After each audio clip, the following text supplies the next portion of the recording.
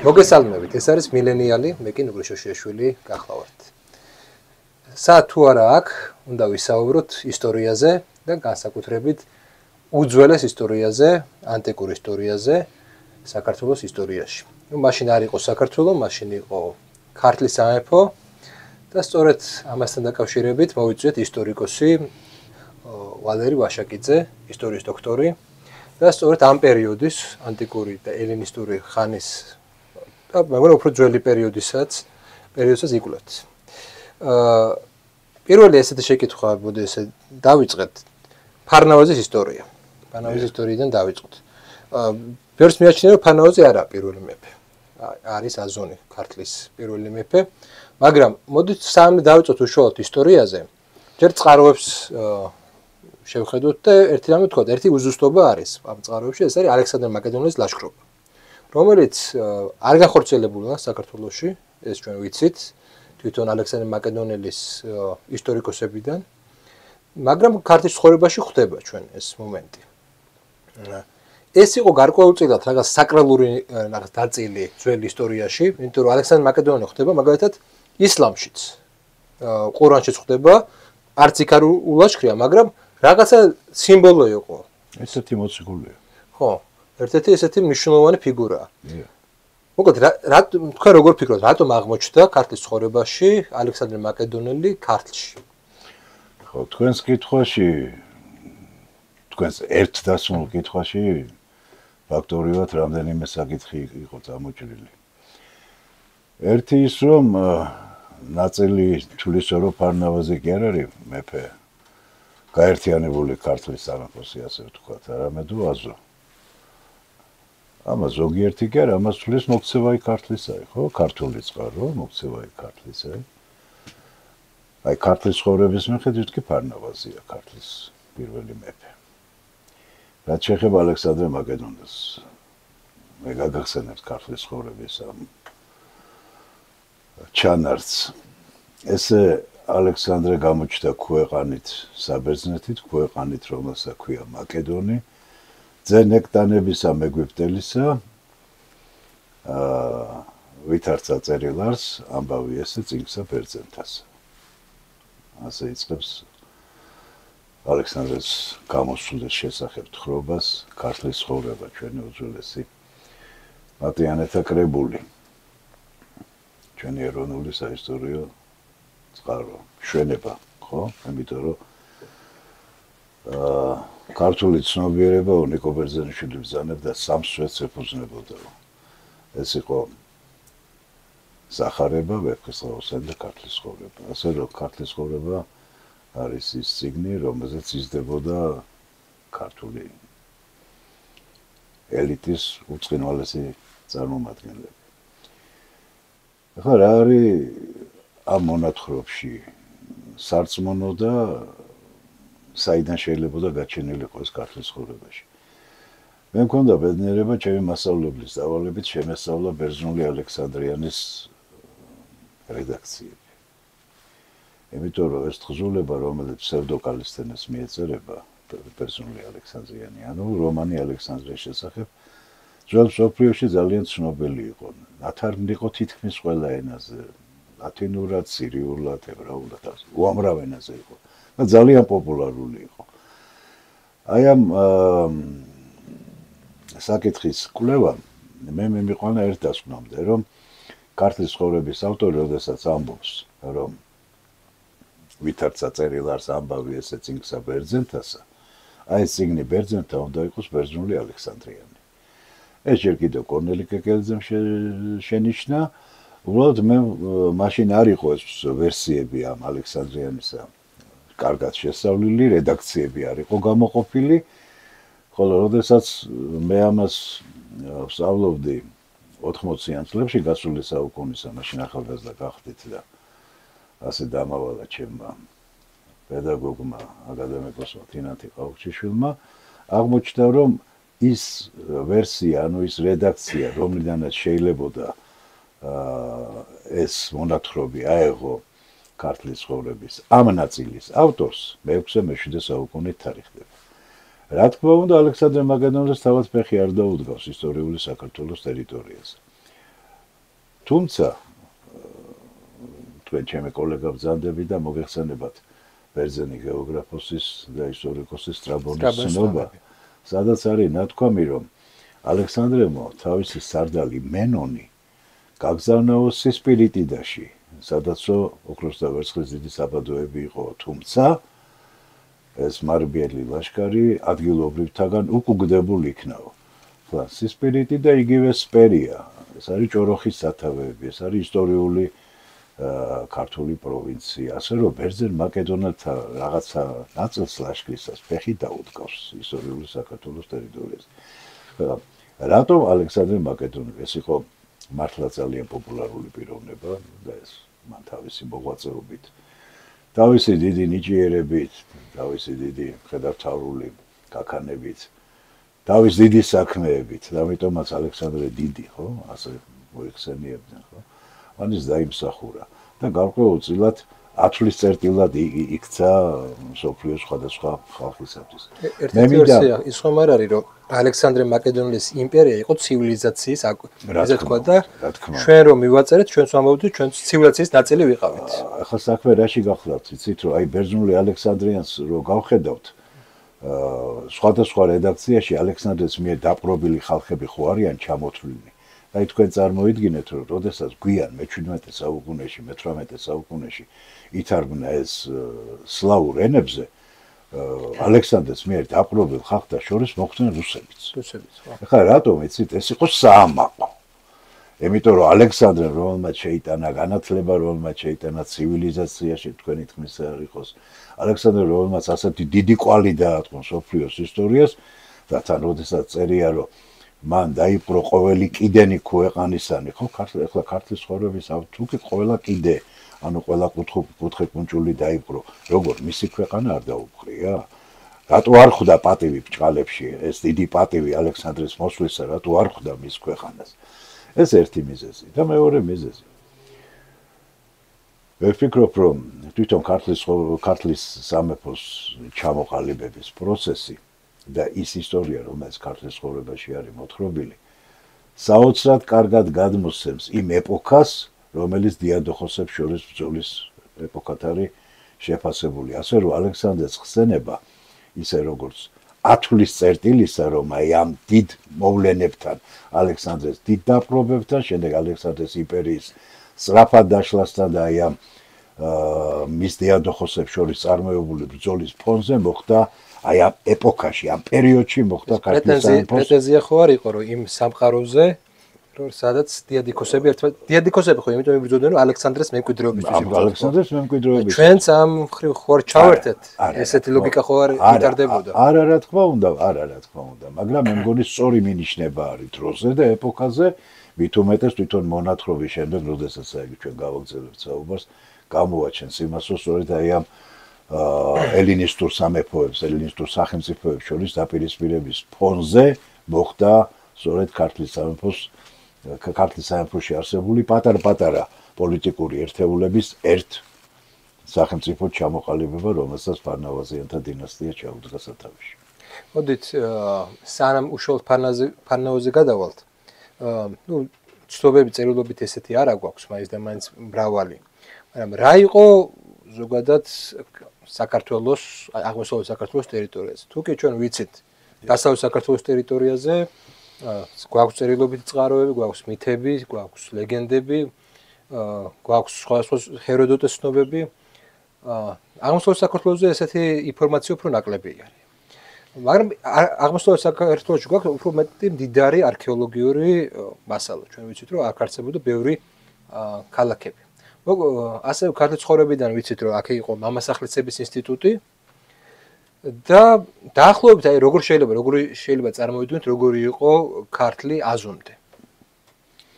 აზოფარნავაზამდე, ხო? აზოფარნავაზამდე.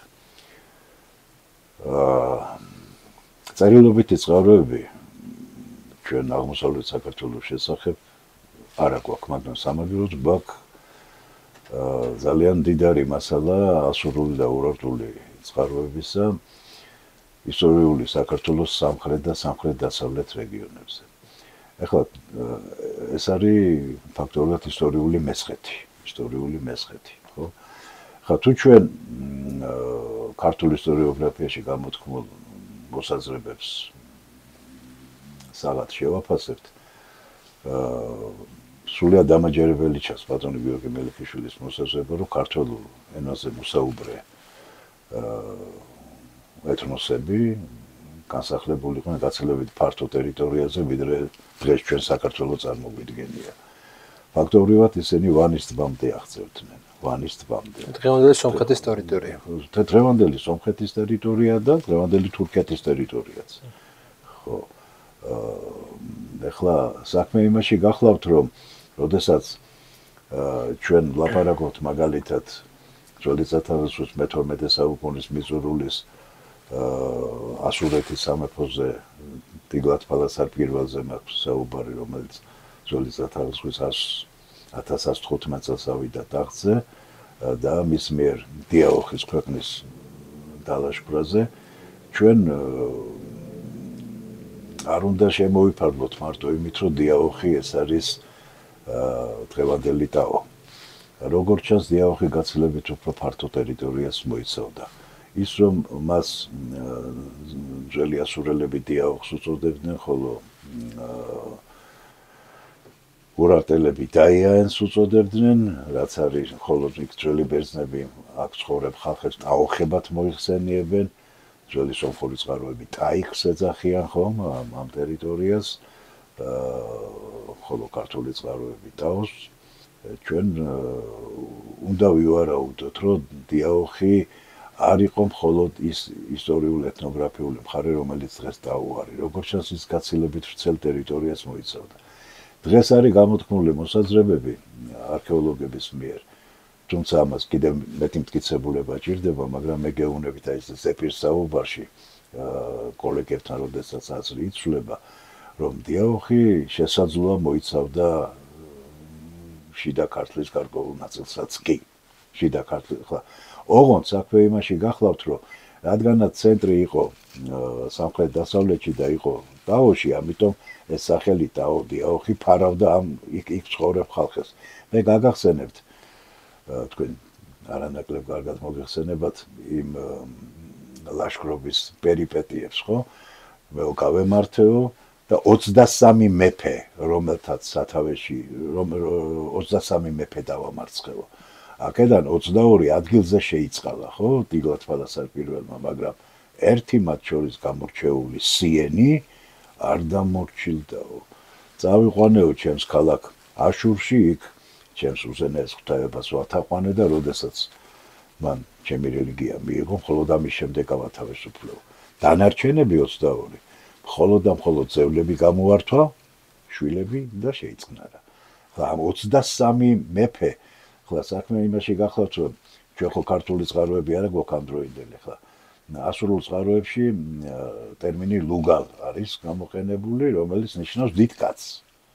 ანუ ლუგალ არის სიენის და ლუგალ არის ტიგლათ-პალასარ პირველიც. ახლა ტიგლათ-პალასარ პირველი რომ ნამდვილად ხელმწიფეა და ნამდვილად ლეომოსილი სახელმწიფოს მეთაურია. შეიძლება ესე იგი არ იყოს მეზამის მეფე. ხო, რა თქმა უნდა, ამაში არის საქმე. ის შეიძლება არ არის მეფე, ის არის შეიძლება უпростоრად ლუგალ დიდი კაცი, ანუ ხელისუფალია რა, უზენაესი ხელისუფალი.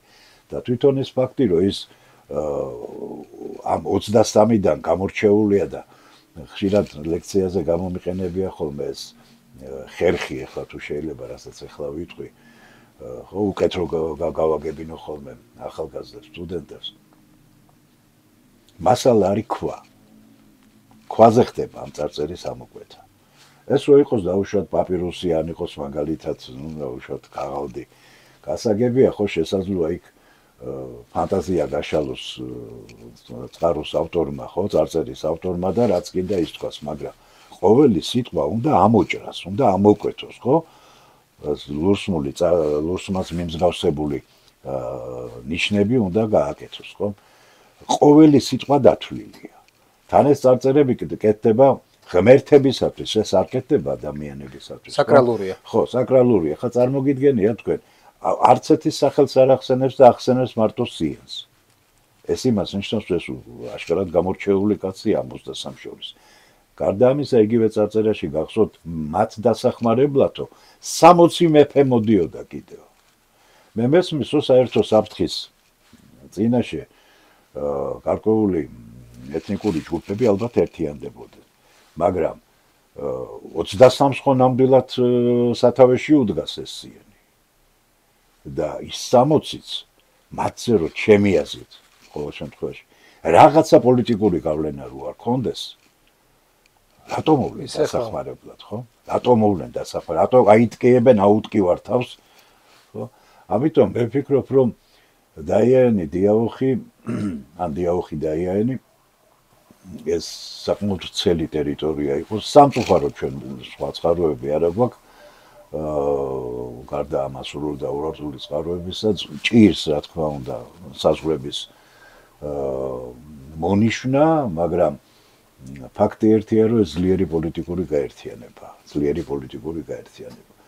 ახლა რაც შეეხება ურარტუს პერიოდს, აქაც ჯერ დაიანი დიაოხი გამოდის წინა პლანზე, ხოლო შემდეგ უკვე კულხა კოლხიდა, ხო? აი მაგალითად არის ასეთი მოსაზრება და ჩვენს კოლეგას ეკუთვნის ბატონ ლევან გორდეზიანს ის ფიქრობს, რომ აღმოსავლური და ამ წყაროების სპეციალისტია სწორედ, რომ აღმოსავლურ წყაროებში თითქოს არ ჩანს ორი დიდი პოლიტიკური ერთეული, ცალ-ცალკე დიაოხი და კოლხა. ის თვლის, რომ შესაძლოა ეს კოლხა, რომელიც შემდეგ უკვე მერვე საუკუნიდან ძალიან აქტიურად შემოდის ურარტულ წყაროებში, შესაძლოა ის დიაოხსაც მოიცავდა. ანუ რისი თქმა მინდა, ამ პერიოდისათვის ეს არის უკვე რკინის ხანა, ხო, ანუ უკაცრავად, ესე იგი თუ გვიან ბრინჯაო ადრე რკინის ხანა არის, ხო, ამ პერიოდში როგორც ჩანს, ისტორიული საქართველოს ტერიტორიაზე არის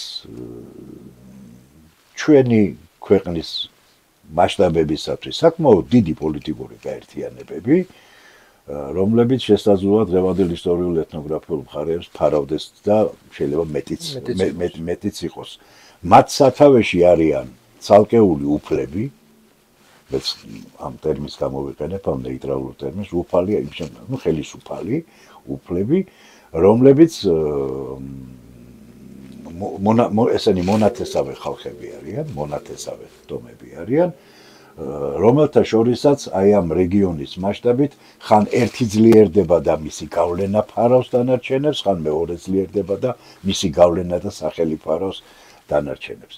ახლა მე გაგახსენებთ თქვენ ამასთან დაკავშირებით ერთ ცნობას ქართლის ცხოვრებისა. ახლა ქართლის ცხოვრების დასაწყისი ნაწილთან დამოკიდებულებაში ივანე ჯავახიშვილი ფრიად ფრთხილი იყო, გახსოვთ, ხო? და სუპერკრიტიკული დამოკიდებულება და დღესაც კი არის ამაზე ლაპარაკი. მაგრამ ბატონი ივანეს ეს დამოკიდებულება თვითონ ამ ქართლის ცხოვრების დასაწყისი ნაწილის მიმართ, მე ვფიქრობ, გარკვეულწილად მაპროვოცირებელი იყო. რატო იყო მაპროვოცირებელი? იმიტომ რომ ქართლის ცხოვრების დასაწყისი ნაწილის შესამოწმებლად მე-19 საუკუნეში და მე-20 საუკუნის დასაწყისში ჩვენი დიდი წინაპრები, ჩვენი ქართველი ისტორიკოსები ფაქტობრივად ქართლის ცხოვრებას მიყვებოდნენ და ამ მონათხრობს ან აღიარებდნენ, ან კიდე საერთოდ უარყოფდნენ, ხო? აი ივანე ჯავახიშვილის ამ გამონათქვამმა, რომ ეს გამოუსადეგარი არის ძველი ისტორიის აღსადგენად, ბიძგი მისცა აღმოსავლური წყაროების შესწავლას, ძველი ბერძნული წყაროების შესწავლას, სომხური წყაროების შესწავლას და ასე შემდეგ და ასე შემდეგ. ანუ ამან ბიძგი მისცა არქეოლოგიის განვითარებას. თორე ხა ბატონი ივანე ჯავახიშვილი რო ყოფილიყო დაუშვათ გასული ცოტა უფრო მეტხანს რო ეცოცხლა და ის მოსწრებოდა დაუშვათ იმ დიდ აღმოჩენას, რომელიც გაკეთდა მცხეთაში სხვაგან და სხვაგან, ხო, არქეოლოგიური გათხრების შედეგად, თუმცა მცხეთას ნაწილობრივ მოესწრო, ხო, შესაძლოა სხვადასხვანები გაეკეთებინა. აი ქართლის ცხოვრებაში არის ერთი ძალიან საინტერესო მონათხრობი, რომ მცხეთოსის გარდაცვალების შემდეგ აირია მონასტერი, აღარ ემორჩილებიან პირმშოს, ანუ უფროს შვილს ქართლოსიანთა შტოში უფროს შვილს აღარ ემორჩილებიან და იწყება ქაოსი ქვეყანაში და ასეთი ფრაზა არის აღდგიან ნათესავნი ორნი ერთსაზე და სხვანი შეეწეოდიან რომელნიმე მას და რომელნიმე მას და ახლა სხვანი აღდგიან სხვასაზე და განგრძელდა ესე ვითარი საქმე და არის მე არეულობა დაიწყო. ესე იგი რა ხდება? ხდება ის რომ აი ეს ნათესავი თუ ჩვენ ვიგულისხმებთ რომ გარკვეული პოლიტიკური ერთეულების და აი ნათესავების მიერ შექმნილი არის პირველობისათვის ბრძოლა მიდის. ბუნებრივი ერთი მეორეს იმორჩილებს ამ შემთხვევაში ვიღაცა მიემხრობა მას. აი ეს პროცესი მიდის. ეხლა როდესაც ჩვენ ლაპარაკობთ კარგი კითხვა დასვით ძალიან რა ხდებოდა აღმოსავლეთ საქართველოს ტერიტორიაზე. ხო ჩვენ გრაკლიანი გვაქვს ხო?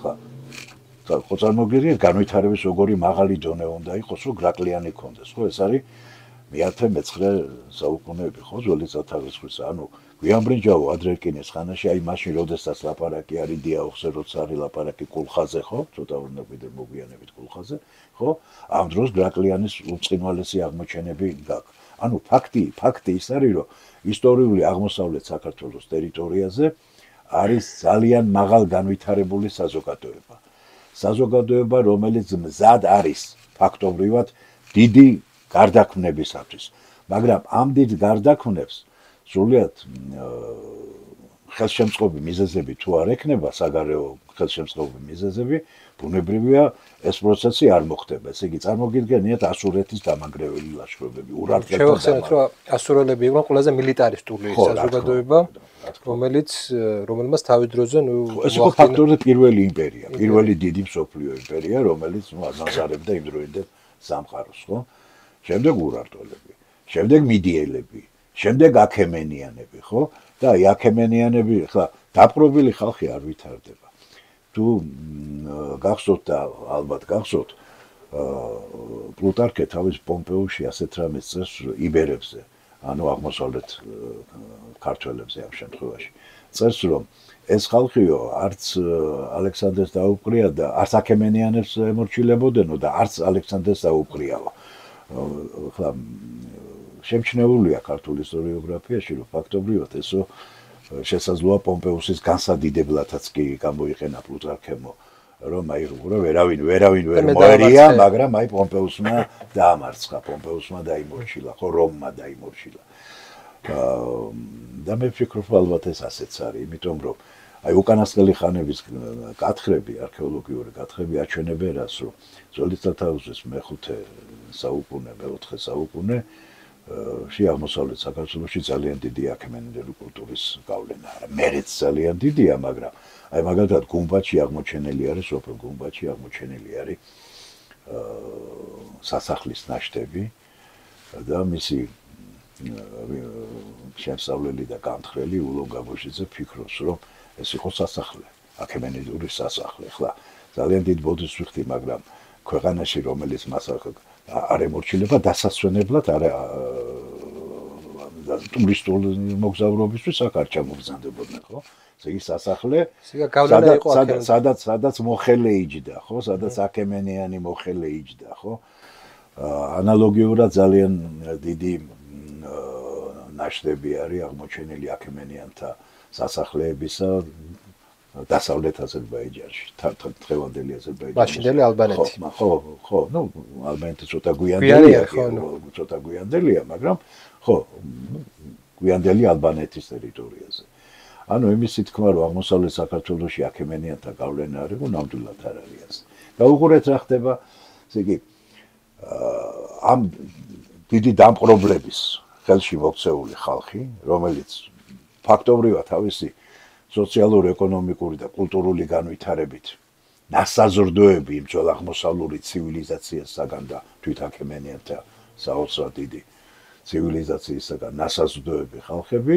ხალხი მზად არის დიდი პოლიტიკური ძვრებისათვის მაგრამ ამასში ხელს უშლის დამპყრობელი რომელსაც ფაქტობრივად მე-18 და მე-19 სატრაპიაში მთელი სამხრეთ და სამხრეთ-დასავლეთ ქართული ტომები იყვნენ გაერთიანებული ხო შესული. ანუ აქემენიანთა იმპერიაში უშუალოდ შედიოდნენ ისინი, ხო? აქეთ მხარეს გავლენა იყო. ანალოგიური გავლენა იყო კოლხიდაზეც, ხო? ხო, გვახსოვს, ხო? 100 ყრმასა და 100 ქალწულს უგზავნიდა. შედარებით მსუბუქი იყო. ხო, თუ ეს სიმსუბუქია რა, ისიც ბუფერული, ხა წარმოგედგენიათ იმდროინდელი კოლხი და დაჭაობებული, გაუვალი ბუჩქნარითა და ტყით დაფარული, ხო? ამ დროს აქემენიანებისათვის სასიცოცხლო მნიშვნელობა ჰქონდა, რომ ჩრდილოეთიდან დაცულები ყოფილიყვნენ, რა. ამიტომ მათ საშუალება მისცეს კოლხებს, რომ ის მათ შეექმნათ რაღაცა სახელმწიფოს მაგვარი, რომელიც ჩრდილო-დასავლეთიდან დაიცავდა აქემენიანებს, თუმცა იქნებოდა მათი ინტერესის გამტარებელი და მორჩილი სახელმწიფო. იმასაც თუ გავითვალისწინებთ, რომ აქემენიანები დამარცხდნენ სკვითებთან, ხო, და სკვითები ერთ-ერთი საფრთხე იყო. ხო, ნუ ახლა სკვითები უფრო აღმოსავლეთის სკვითებთან, მაგრამ მაინც რა თქმა უნდა ეს საერთოდ ნომადები, ცივილიზებული სამყაროსათვის იყო დიდი თავის ტკივილი. იმასაც თუ გავითვალისწინებთ, რომ კიროსი ნომადებთან ბრძოლაში მოკვდა. ბატონო, მასაგეტებთან, ხო? მასაგეტებთან. ტომირისმა გახსოვთ, ხო, მოკვეთილი თავი ჩადო და სისხლი წყუროდა, ვაი ბატონო, ახლა შენ მოკვეთის თავი, ხო? ხო, და აი შენ ახლა ბატონო, არის ესეთი ისტორიკოსი, მაიკლ მანი, არა მარტო ის, მაგრამ არ ვითარებს ესეთ თეორიას, რამდენად ეს მართალია მაინტერესებს. მოკლედ, ესეთ თეორიას არ ვითარებს, მე ბევრმა ისტორიკოსმა აუბა, დასავლეთში აუბა, ესე იგი, ამ თეორიას, ისე რა ქვია, ხარი. მოკლედ, ის აუბრობს, რომ მაშინდელი ცივილიზაციის ცენტრში არ მოიპოვებოდა ის რესურსი, რა რესურსი საჭირო იყო ბრინჯაოს იარაღების შესაქმნელად. მართალი უთქოს. ხო. და ამიტომ ირგვლივ მყოფი ტერიტორიები ან სამნაწილად ან შეიქმნა როგორც სახელოსნოები, ესეთი იყო ავღანეთის ტერიტორია, მოგვიანებით ბაქტრიასაც შეიქმნება. ამ მცირე აზიის ტერიტორია და ზოგადად ეს მომპოვებელი ადგილები ჩვენ ხედავთ უკვე ურალშიც ვხედავთ, ბრიტანეთშიც ვხედავთ, დანიაშიც კი ვნახეთ რაღაც არქეოლოგიურ გათხრები არის და აღმოჩნდა რომ ეს არ არის ჩაკეტილი სისტემა. დანიიდან იმის მიუხედავად იქ პრაქტიკულად ქვის ეპოქაში ცხოვრობდნენ, მაინც იყო ვაჭრობა ეგვიპტეში. ამ ლოგიკიდან რომ შევხედოთ, მე უბრალოდ ისე როგორც ამ ეპოქის მაინც დაინტერესებული არა ვარ ამ ეპოქის სპეციალისტი, მაგრამ რო შევხედოთ ესე იქცა თუ არა ქართლი დიდ სახელოსნოდ ცივილიზებული სამყაროსთვის. ეს სახელოსნო ქალაქები, ეს ხო სარკინე, სამშვილდე, სხვადასხვა ესეთი ქალაქები, რაც მოგვიანებით ვიცით. ეს ხო სახელოსნო ქალაქებია. ეს ხო ხელოსნების კულტურული ცივილიზაცია გარკვეულწილად, რომელიც იქ რო დეფიციტია გარკვეული რესურსებით, აქედან ვაწვდის ჩვენ. ამის გარდა იყო ესეთი ლექცია მოვისმინე, იყო ეგეთი კლიმ ჟუკოვი თუ გაიგიათ.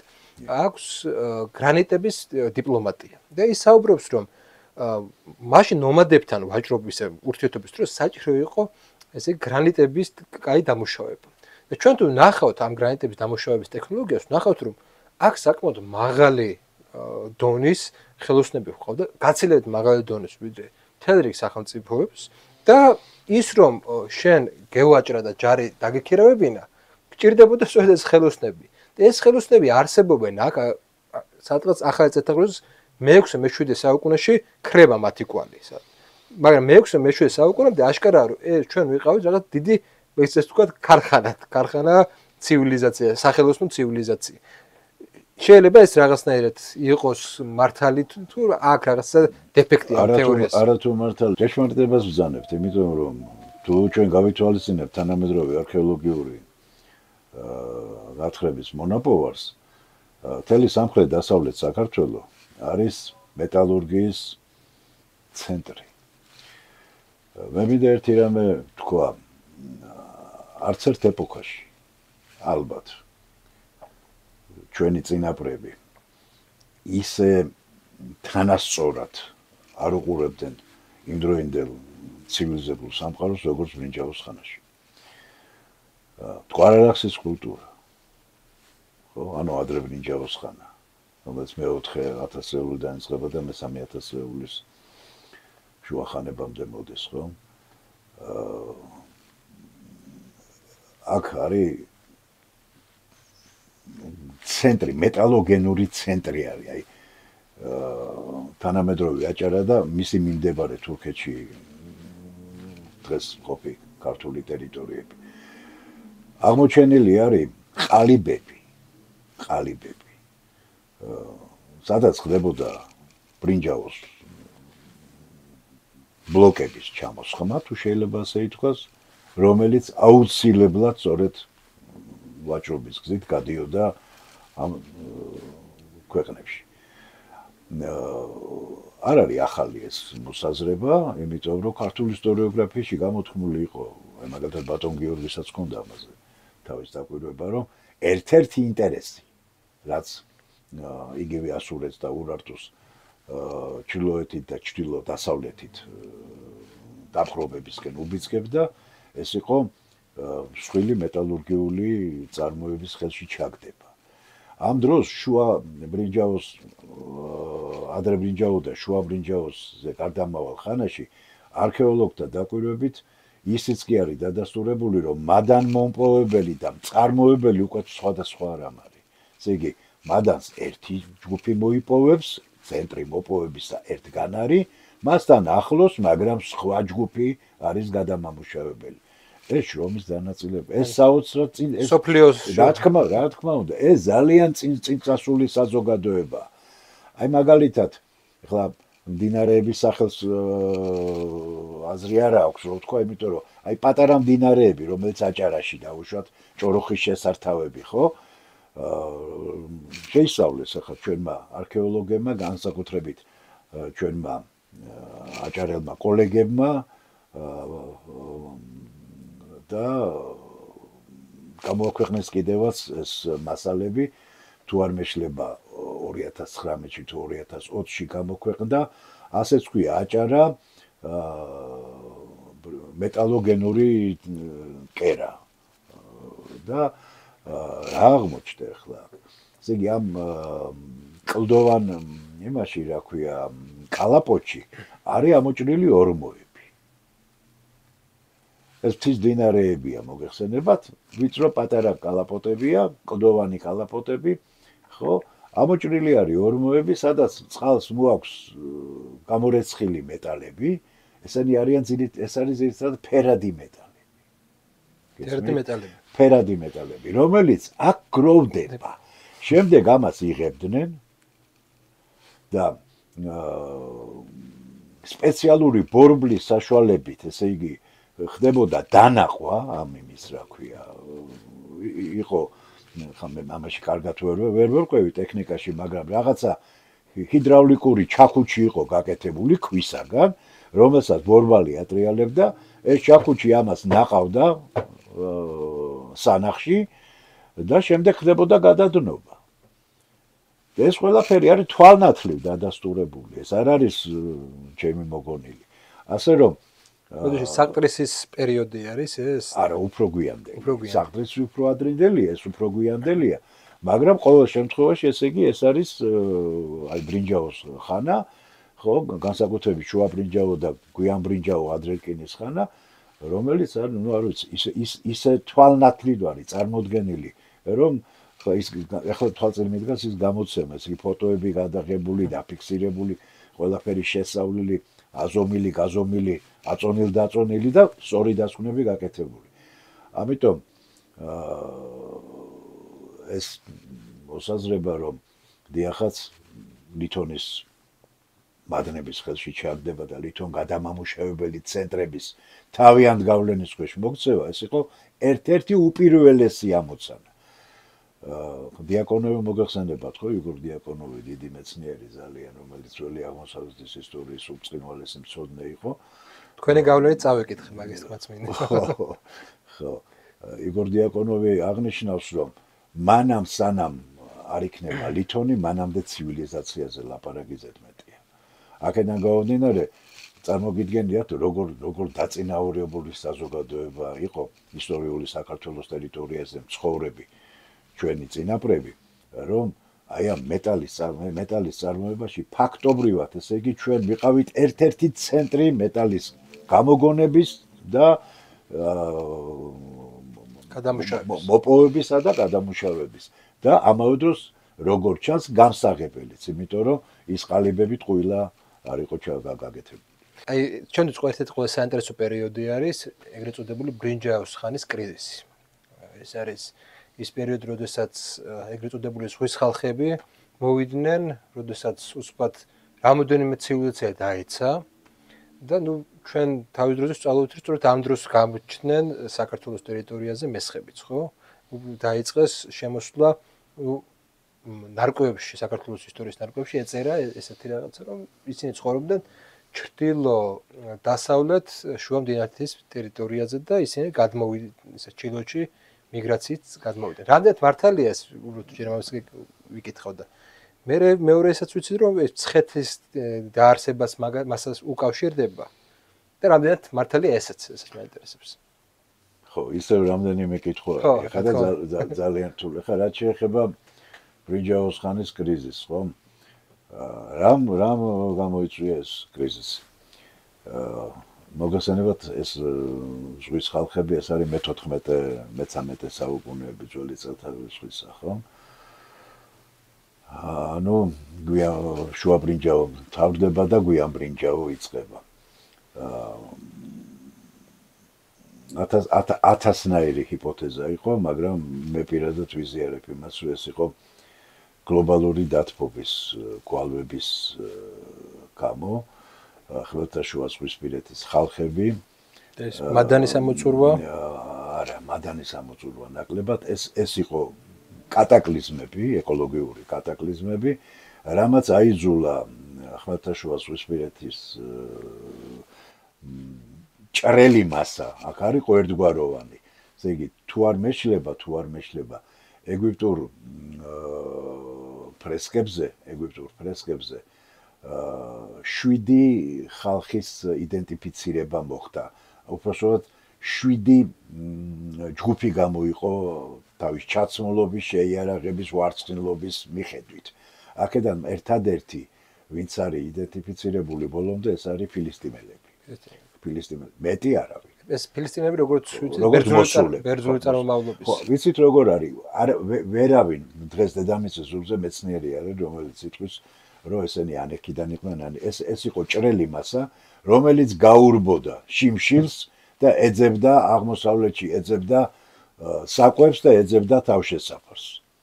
მაგრამ ახლა, როდესაც გამწარებული ადამიანები ერთიანდებიან და შეესევიან რაღაცას, ბუნებრივია იქიდან არაფერი აღარ რჩება. და ამათ ფაქტორიულად მათ დაამხეს ხეთების სამეფო, ხო, ძირითადად მათ დაამხეს, ხო? ანალოგიურად საოცრად დიდი ბრძოლები მიდის ეგვიპტეში, ხო? ეგვიპტე გადარჩა. ხო, ეგვიპტე გადარჩინა იმან, რომ ცოტა უფრო მოცილებით იყო, მაგრამ ვინც ცოტა ჩრდილოეთით იყო, ხო, ისინი სულ ყველანი ესე იგი ფაქტორიულად მათი გავლენის ქვეშ მოექცნენ. ეს ადამიანები იყვნენ, ახლა საერთოდ უმადურობა ასეთი შედარება ალბათ არ გამოდის კარგი, მაგრამ წარმოგიდგენიათ ახლა 100,000-ობით ლტოლვილი, რომელიც ევროპას უტევს, ხო დღეს, აი თანამედროვე. ხა წარმოგიდგენიათ თქვენ იმ დროს ეს თავის დროზე სხვადასხვა ხალხები, სხვადასხვა ჯურის ხალხები შეესივნენ ამ აყვავებულ ქვეყნებს და ფაქტორიულად გაანადგურეს.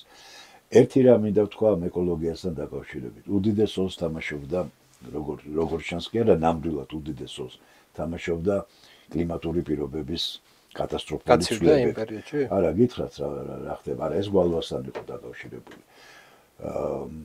საქართველოს ისტორიაში ბრინჯაოს ხანაში შეინიშნება ასეთი რამ. ადრე ბრინჯაოს ხანა მთელი აღმოსავლეთ საქართველოს ტერიტორიაზე არის ძალიან მჭიდროდ დასახლებული.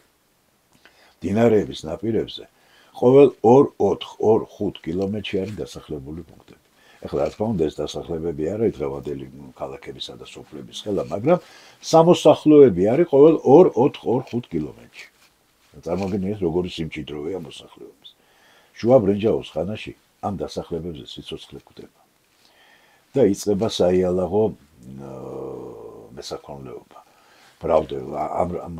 გამრავლებულია ცხვარი და იმის ნაცვლად, რომ ეს ხალხი, რომელიც ირიგაციით მართალი ახლა არა ისეთი მაღალი დონის ირიგაციით, როგორც ეგვიპტეში იყო, შუა მდინარეში იყო, მაგრამ პრიმიტიულ მორწყვით სისტემებზე, ცხოვრობ მორწყვით სისტემებს აკეთებდა, ეს ყველაფერი მოიშალა, სიცოცხლე შეწყდა. რას ახლა ქართულ ისტორიოგრაფიაში ახსნა აქვს ასეთი, რომ ამ დროს შესაძლოა სამხრეთიდან ხურიტული მოდმის ხალხები შემოვიდნენ, შესაძლოა ჩრდილოეთიდან, ეს ნამდვილად შესაძლოა, ასე არის გამოთქმული ეს მოსაზრებები, შესაძლოა ჩრდილოეთიდან ინდოევროპელი მოდმის ნომადური ტომები შემოვიდნენ და აი მათ თავიანთი ცხოვრების სტილი მოიტანეს და მე კატეგორიულად არ ვეთანხმები ამ მოსაზრებას და რატო არ ვეთანხმები გეტყვით რა ინფილტრაცია და შემოსვლა ყოველთვის ხდებოდა.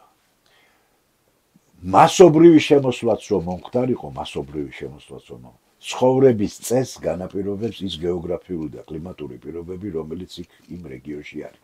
მარტივად რო ვთქვა, ჩვენ რომ ეხლა ორი ადამიანი ესკიმოსებთან ჩავხსვან, ჩვენ იქ ვას ვერ გავაშენებთ, ისე უნდა ვიცხოვროთ, როგორც ესკიმოსები ცხოვრობენ. წინააღმდეგ შემთხვევაში ჩვენ განწირული ვართ დაღუპვისათვის. 100,000 რო ჩვენ ვიყო და 5 ესკიმოსი სულ ერთია მათი ცხოვრების წესით უნდა ვიცხოვროთ. იმიტომ რომ ის კლიმატური პირობები, ის გეოგრაფიული გარემო განაპირობებს ცხოვრების წესს. და თუ ტექნოლოგიები გაქვს? როგორი ტექნოლოგიაც არ უნდა გქონდეს. ეხლა ერთი წუთი წარმოიდგინეთ. მიწათმოქმედი ხალხი 2-4 კილომეტრში დასახლებული. წვრილი, მაგრამ საირიგაციო სისტემები. ეს ყველაფერი მოიშალა. რა ხდება ამ დროს? რა ხდება და 2200-დან, ანუ მესამე 1000-ლეულის მიწურულია. 1900 წლამდე ძველი წელთაღრიცხვისა 300 სლოვანი გვალვა არის დადასტურებული. 300 სლოვანი გვალვა. მთელი ანატოლია, მთელი ჩრდილოეთი ირანი, მთელი ჩრდილოეთი მესოპოტამია, ქალაქები არქეოლოგიურად ესე იგი შესავლილი, მიტოვებული ქალაქები. დამწვარი, დანგრეული კი არა, მიტოვებული ქალაქები. სად უნდა წასულიყო ბარში მცხოვრები ადამიანი გვალვის დროს? უნდა წასულიყო მთისწინეთში და მთაში, სადაც მეტი იყო სინოტივე და მეტი იყო წყალი. აქედან გამომდინარე, აი ცხოვრების წესი, რომელიც მიწათმოქმედი ჩვენი წინაპრისთვის იყო დამახასიათებელი, საიალაღო მესაქონლეობამ შეცვალა.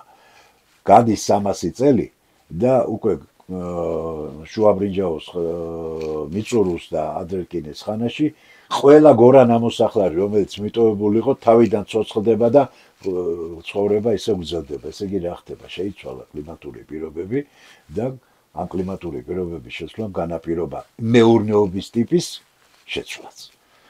ამიტომ აი ეს ზღვის ხალხების მოსვლაც ამასთან იყო დაკავშირებული და აი ეს დიდი ძვრებიც ადრე ბრინჯაოდან შუა ბრინჯაოზე გარდამავალ პერიოდშიც აი მაშინ ჩემი აზრით კლიმატური პირობებით უნდა აიხსნას და არა იმით რომ ვიღაცა მოვიდა და ცხოვრების თავისი წესი მოიტანა. მადლობა ყურადღებისთვის, აუცილებლად გამოვა მეორე ნაწილიც და ჩავდებთ ეს. უყურეთ აუცილებლად ძალიან საინტერესო საუბარია. მადლობა ყურადღებისთვის.